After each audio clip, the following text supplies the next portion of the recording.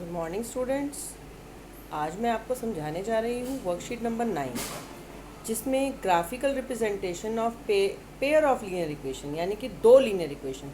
अगर हमारे पास दो इक्वेशन है a1x plus b1y plus c1 a2x plus b2y plus c, तो हमारा वेरिएबल है वो x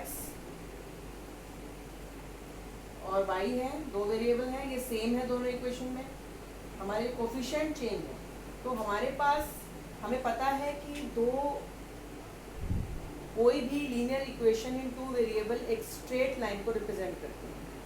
तो अगर दो होंगी तो हमारे पास क्या क्या कंडीशंस हो सकती हैं। अगर दो लाइन होंगी तो या तो वो पैरेलल हो सकती हैं, या वो इंटरसेक्टिंग हो सकती हैं, और या वो कोइंसिडेंस यानी कि एक के ऊपर एक ही ओवरलैप कर सकती है। There are three conditions, either they can be parallel, they can be intersecting और दे कैन बी ओवरलैपिंग। इसको हम बोलते हैं कोइंसिडेंट। कोइंसिडेंट मतलब एक के ऊपर एक ओवरलैप करना। इसको किस कंडीशन में हम कैसे पता लगाएंगे कि क्या इसका मतलब है। तो जो सॉल्यूशन है, आपकी जो वर्कशीट है उसमें तीन ग्राफ बताए हुए हैं। तीन ग्राफ इस तरीके से, either they can B coincident. First one is crossing lines यानी कि intersecting lines, second is overlapping lines that means coincident, and the third one is the parallel line. तीन ग्राफ बताए गए हैं आपको, तो उनको ड्रॉ करना है। उसके बाद standard form of pair of linear equation in two variable आपके साइड में दिया हुआ है, उसको आपको लिखना है। उसके बाद जो नीचे है सारा नोट करना है। इसको हम समझेंगे कि इसका क्या मतलब है। तो solution can be of two type, consistent और inconsistent. These two solutions are consistent. Consistent means they meet each other, इनके सॉल्यूशन हैं, लाइंस मीट करती हैं, चाहे एक बार या many times. But when the lines does not means they have no solutions, तो इसको हम कहते हैं इनकंसिस्टेंट।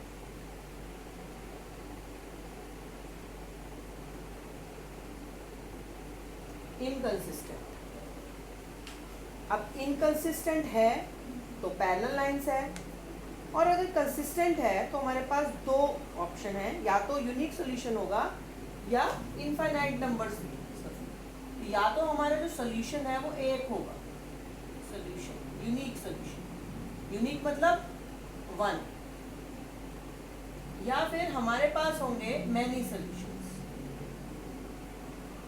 वन सोल्यूशन और many solution. Infinite number of solution लिखा है आपकी शीट में। Unique solution means intersecting lines, and many solution means overlapping lines, overlapping coincident lines. अब इसके लिए हम दो इक्वेशन को देखकर कैसे बता पाएंगे, इसमें शॉर्टकट मेथड से, इसको बिना ड्रॉ किए बिना ग्राफ बनाए कैसे बता पाएंगे कि ये इन तीनों में से किस कैटेगरी में आता है। उसके लिए हमारे पास कंडीशंस हैं। अगर हमारी जो लाइंस हैं वो यूनिक सोल्यूशन है, तो यूनिक सोल्यूशन है तो उसकी जो कंडीशन है वो है, यूनिक सोल्यूशन की कंडीशन है a1/a2 is not equal to b1/b2। ये कंडीशन आपकी वर्कशीट में भी लिखी हुई है। a1/a2 not equal to b1/b2 का मतलब है कि लाइन हमारी क्या होंगी, इंटरसेक्टिंग होंगी इस तरह। और many solution coincident line means इसकी क्या कंडीशन होगी, a1/a2 equal to b1/b2 equal to c1/c, तीनों बराबर।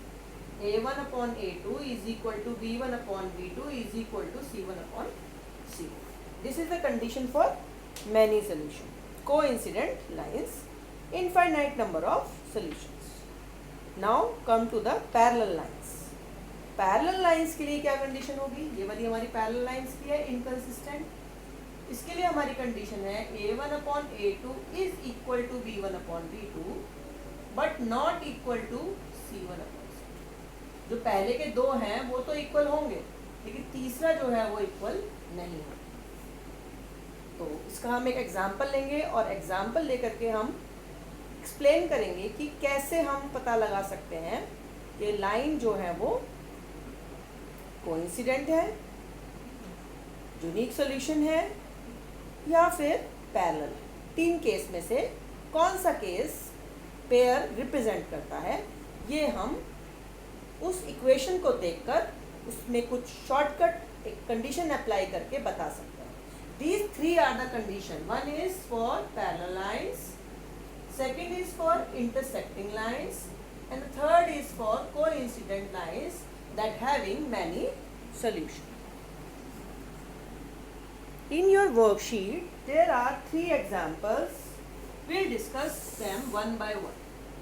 So the first example is x minus 2y plus 1 equals to 0 and 3x plus 4y minus 20 is equal to 0. This is equation number 1 and this is equation number 2. So we'll first write down the value of a1, a2. So a1 is equal to, यहाँ पर कोई number नहीं है, so therefore 1 and a2 is equal to 3. This 1 and 3. Now b1, b2 and c1, c2. We'll write all the values. सारी values को लिख लेंगे। तो यहाँ आएगा, कितना आएगा यहाँ पर -2 and here +4.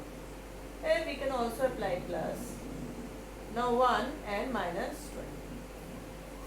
Now we'll divide all three. a1/a2 is equal to 1/3. b1/b2 is equal to -2/4. इसे कट करेंगे तो हमें मिलेगा -1/2. And c1/c2 is equal to -1/20. Here we can see these first two are not equal. सबसे पहले हम इन दो को देखेंगे, शुरू वालों को. If they are not equal, a1/a2 is not equal to b1/b2. दोनों इक्वल नहीं है. This is 1/3 and this is -1/2. If both are not equal, it represent intersecting lines. अब हमारे पास यहाँ तीन चीजें हैं जो पूछी जा सकती हैं. कंसिस्टेंस है या नहीं, किस तरह की लाइंस होंगी, what is the nature of the lines, and how many solutions are there.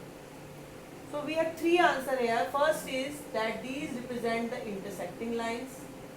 Second, intersecting lines means consistent. मिलते तो हैं वो कहीं ना कहीं. That means they are consistent. And the third means one solution. एक solution होगा, unique. Unique solution. तीन टाइप के आंसर पूछे जा सकते हैं. कंसिस्टेंस है या नहीं, लाइंस कौन सी हैं, इंटरसेक्टिंग, पैरेलल या कोइंसिडेंट, और सोल्यूशन कितने हैं, नो सोल्यूशन, वन सोल्यूशन और many solution. So for equation number 1, for example number 1, we have consistent lines, unique solution and intersecting lines. Now similarly we can see in example number 2, इसको solve करने की जरूरत नहीं है क्योंकि आपकी worksheet में सॉल्व हुआ है. a1/a2 is equal to b1/b2 is equal to c1/c2. Third worksheet में जब हमने इन तीनों वैल्यूज को डिवाइड किया तो हमारे तीनों आंसर सेम आए. सेकेंड एग्जाम्पल में सेम आए मतलब कौन सी कंडीशन हो गई, ये वाली, और ये वाली कंडीशन हुई. That means consistent, infinite solution, many solution and coincident lines. जब भी आप इस वीडियो को देख रहे होंगे तो वर्कशीट को आपको पहले लिख लेना है. वर्कशीट लिख लेंगे तो इजीली आप इसको या फिर समझ पाएंगे. ना थर्ड एग्जाम्पल में जो हमारा सेकेंड एग्जाम्पल में जो हमारे आंसर आए थे वो आए थे 1/2, 1/2 and 1/2. All three are equal. But third example में हमें आंसर मिले हैं 1/2, 1/2 and 1/3. Here you can see first two are equal, but the third one is not equal. That means this condition, first one, the lines are parallel. Parallel lines are inconsistent. Parallel lines have no solution, and parallel lines, these pair represent parallel lines. There are three answers. So worksheet is very clear and very self-expressive. आपको आसानी से समझ में आ जाना चाहिए. Now there are three homework equations, pair of equations, जिसमें आपको first a1/a2 की वैल्यू, b1/b2 की वैल्यू और c1/c2 की वैल्यू लिखनी है, निकालनी है, और उसके अकॉर्डिंग आपको कंडीशन लिखनी है. फिल इन द ब्लैंक्स दिए हैं, और उसके बाद आपको टेबल के इसके आंसर देने हैं कि जो आपका पेयर है वो कंसिस्टेंट है या इनकंसिस्टेंट है, वन सॉल्यूशन है, मैनी है या नो है, और इंटरसेक्टिंग, कोइंसिडेंट और पैरेलल. ये टेबल में आपको फिल करना है. अब टेबल में आई थिंक मेरे अकॉर्डिंग इसमें स्पेस कम रहेगा, तो आप चाहें तो 1 by 1 एक एक एग्जाम्पल को सॉल्व करके, और जैसे एग्जाम्पल में सॉल्व किया हुआ है वैसे ही इसको भी कर सकते हैं, और तीनों पार्ट के 3 बारी में आंसर दे सकते हैं. जैसे एग्जाम्पल किया हुआ है उसी तरीके से आप इसके होमवर्क क्वेश्चंस भी कर सकते हैं. आई डोंट थिंक कि होमवर्क क्वेश्चन में कोई प्रॉब्लम आनी चाहिए. Now I am taking one more example, जिससे शायद आपको कॉन्सेप्ट जो है थोड़ा सा और क्लियर हो जाए. उसके लिए हम फ्रेम करेंगे कि किस तरीके से इक्वेशन को फ्रेम किया जाता है. Now I am taking one example, और उसके लिए पैरेलल लाइन, इंटरसेक्टिंग लाइन और कोइंसिडेंट लाइन की इक्वेशन में फ्रेम करने की कोशिश करें. I have taken one example, मैंने एक एग्जाम्पल ले लिया. This is example of equation number 1. अगर कोई लाइन है तो उसके पैरेलल बहुत सारी लाइन होंगी, तो मैं चाहती हूँ कि इसके पैरेलल कम से कम 2 लाइन की इक्वेशन में लिख पाऊँ. फर्स्ट, अब पैरेलल की जो कंडीशन है that is a1/a2 is equal to b1/b2 and is, बताइए क्या होगी पैरेलल की कंडीशन. सभी बच्चे बताएंगे पैरेलल की कंडीशन क्या है. आपको याद करनी है ये कंडीशंस पैरेलल लाइंस के लिए. This is not equal to c1. So हमें ऐसी इक्वेशन फ्रेम करनी है जिसमें यहाँ से डिवाइड करने पर सेम आए. तो हम क्या करेंगे, यहाँ 1 है तो हम इसको 2 से मल्टीप्लाई करेंगे. ठीक है, x के साथ यहाँ 1 है तो मैं इसे 2 से मल्टीप्लाई करूंगी. क्या आएगा, 2x plus 4y.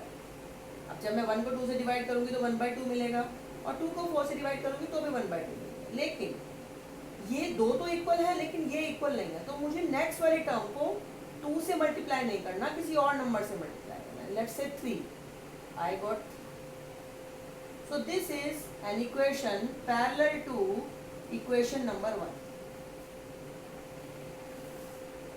Now students, I think you can write many more equations. Now I am taking, here I multiplied by 2. Now I can multiply it by 3. So I will get 3x plus 6y. But to the last number I will multiply it by 2. Different number लेना है, मैं less और more जो मर्जी number ले सकती हूँ, but मैं इन दोनों को जिससे मल्टीप्लाई करूँगी, थर्ड नंबर को मैं एक डिफरेंट नंबर से मल्टीप्लाई करूँगी. तो मैंने 2 से कर दिया. This is also an equation parallel to equation number 1 and equation number 2 both. ये इसके भी पैरेलल होगा और इसके भी parallel. Now you can also write many equations, number of equation, infinite number of equation you can write. Clear to all? Now I am taking second one, that is intersecting lines. Intersecting lines, the condition is this one. So c1/c2 doesn't matter. c1/c2 कुछ भी हो, हमारे ये दो equal नहीं होने चाहिए. So it's very easy. Now the first equation is this one. Okay, equal to 0. So first equation is this one. तो if I want to write an intersecting line equation जो इसको इंटरसेक्ट करे, तो मुझे पहले को मल्टीप्लाई किया मैंने 2 से, दूसरे को मल्टीप्लाई किया मैंने 3 से, और उसको मैंने ऐसे ही रहने दिया बिकॉज इट डजंट मैटर। सो यहाँ पर फर्स्ट को मैंने 2 से मल्टीप्लाई किया और सेकंड को मैंने 3 से, डिफरेंट नंबर्स, तो ये क्या होंगे, डिफरेंट हो जाएंगे। अगर मैं फर्स्ट को डिफरेंट से मल्टीप्लाई करूंगी और सेकंड को डिफरेंट से, अगर मुझे सेम रखना है तो मैं सेम से मल्टीप्लाई करूंगी, अगर मुझे डिफरेंट करना है तो मैं डिफरेंट से मल्टीप्लाई करूंगी। तो मुझे क्योंकि इंटरसेक्टिंग लाइंस का लिखना है,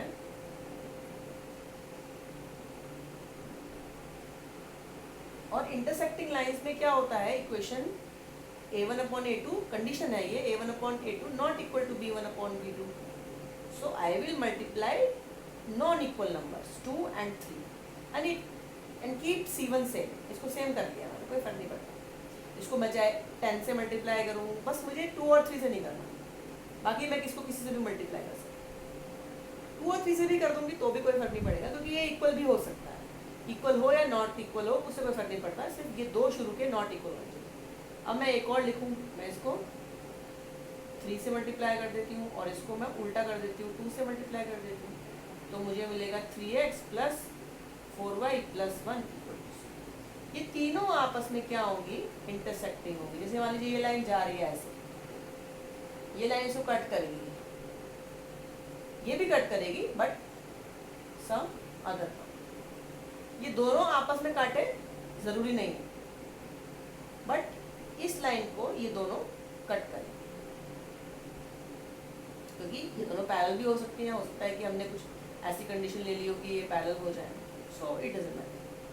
now the third one is a1/a2। सबसे सिंपल है ये वाला, तो क्योंकि इसमें एक ही टेबल से आपको करना है, क्योंकि दोनों इक्वल है। a1/a2, b1/b2, c1/c2 तीनों ही इक्वल है। ये किसकी कंडीशन है, कोइंसिडेंट। ये ऐसे एग्जाम्पल आपके पास बहुत बार आ जाएंगे।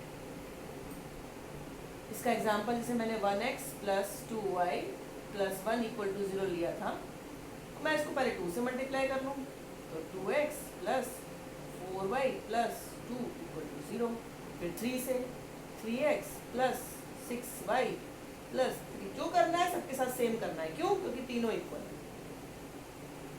जो इक्वल होंगे वो सेम और जो नॉट इक्वल होंगे वो डिफरेंट। सिंपल क्राइटेरिया है। अब अगर आप इन कंडीशंस को और इस क्वेश्चन को अगर समझ गए जाएंगे, जो बच्चे, उनको इसके क्वेश्चन करने में बहुत ही कम टाइम लगेगा और वो देखकर ही बता देंगे कि ये कोइंसिडेंट है या पैरेलल है या इंटरसेक्टिंग है। बहुत जल्दी बता देंगे, क्योंकि इसका जो क्वेश्चन है वो बहुत ज़्यादा नंबर में नहीं आता। इसमें क्वेश्चन कैसे आता है कि हमें किसी 1 2 की जगह 4 की जगह के वैल्यू पुट कर दी जाती है, वो हम आगे नेक्स्ट पार्ट में इसके डिफिकल्ट क्वेश्चन जो है नेक्स्ट वीडियो में देख लेंगे। अभी बेसिकली हमें ये देखना है कि हमारा जो कॉन्सेप्ट है कि what are intersecting lines, how we can say, दो लाइंस को देखकर, दो इक्वेशंस को देखकर हम कैसे कह पाएंगे कि वो इंटरसेक्टिंग है, पैरेलल्स हैं या कोइंसिडेंट। इतना हमें समझना है आज के लिए। उसके बाद आपके जो होमवर्क क्वेश्चंस है वो करने हैं, और नेक्स्ट वीडियो में, इंपॉर्टेंट क्वेश्चंस की वीडियो में आई विल डिस्कस कि किस तरह के क्वेश्चंस जो हैं वो एग्जाम में पूछे जाते हैं। एक तो यही क्वेश्चन हो गया, इक्वेशन दे दिया और पूछ लिया कि बताओ इंटरसेक्टिंग है, पैरेलल है या कोइंसिडेंट है, या कंसिस्टेंट है या नॉन कंसिस्टेंट है, या कितने सॉल्यूशंस हैं, मैनी है, 1 है, ऑप्शन में 4 ऑप्शन दे दी और आपको सिलेक्ट करना होगा। एक तो ये 1 नंबर पर होता है। लेकिन अगर हम 2 नंबर या 3 नंबर में जाएं तो किस तरह के क्वेश्चन इस पार्ट से, इस कंडीशन फॉर इनकंसिस्टेंसी और कंसिस्टेंसी, जो हमारी ये कंडीशन है, इसके अकॉर्डिंग क्वेश्चन एग्जाम में और डिफिकल्ट लेवल पे किस तरीके से पूछे जाते हैं, वो क्वेश्चन आपको, उनकी जो वीडियोज़ हैं वो आपको इंपॉर्टेंट क्वेश्चन सेगमेंट में मिलेगी। जो हम वर्कशीट कर रहे हैं ये बेसिक सेगमेंट है, जो बेसिक हमें मिलेगी इसमें, और इम्पॉर्टेंट क्वेश्चन कॉन्सेप्ट में हम जो बोर्ड में क्वेश्चन पूछे जाते हैं वो वहाँ पर हम डिस्कस करेंगे। तो आप ध्यान से प्लेलिस्ट को देखें, और प्लेलिस्ट में जो इम्पॉर्टेंट क्वेश्चन वाला सेगमेंट है 10th क्लास के लिए जो स्पेशली बनाया है मैंने, उसमें जा कर के वीडियोज़ को चेक करें। क्लियर है? That's all for today. अब आप वर्कशीट इजीली कर पाएंगे। और एक्सरसाइज 3.2 में कुछ क्वेश्चंस हैं that I will write below the worksheet के नीचे मैं लिख दूंगी, और आपको भी पहचानना है कि अब उसके कौन से क्वेश्चंस हैं जो आप कर पा रहे हैं, और वो प्रैक्टिस करना है। प्रैक्टिस ही आपके कॉन्सेप्ट को क्लियर बनाती है। अगर आपने प्रैक्टिस नहीं की और आपने छोड़ दिया कि ठीक है बस 3 एग्जाम्पल दिए हैं, मैम ने 3 ही दिए हैं, 3 ही कर लेते हैं, so you will forget the concept easily आप उसको भूल जाते हैं। सो आपको प्रैक्टिस करना है ज़्यादा से ज़्यादा, जिससे कि कॉन्सेप्ट जो है वो आपको क्लियर हो पाए। Thank you.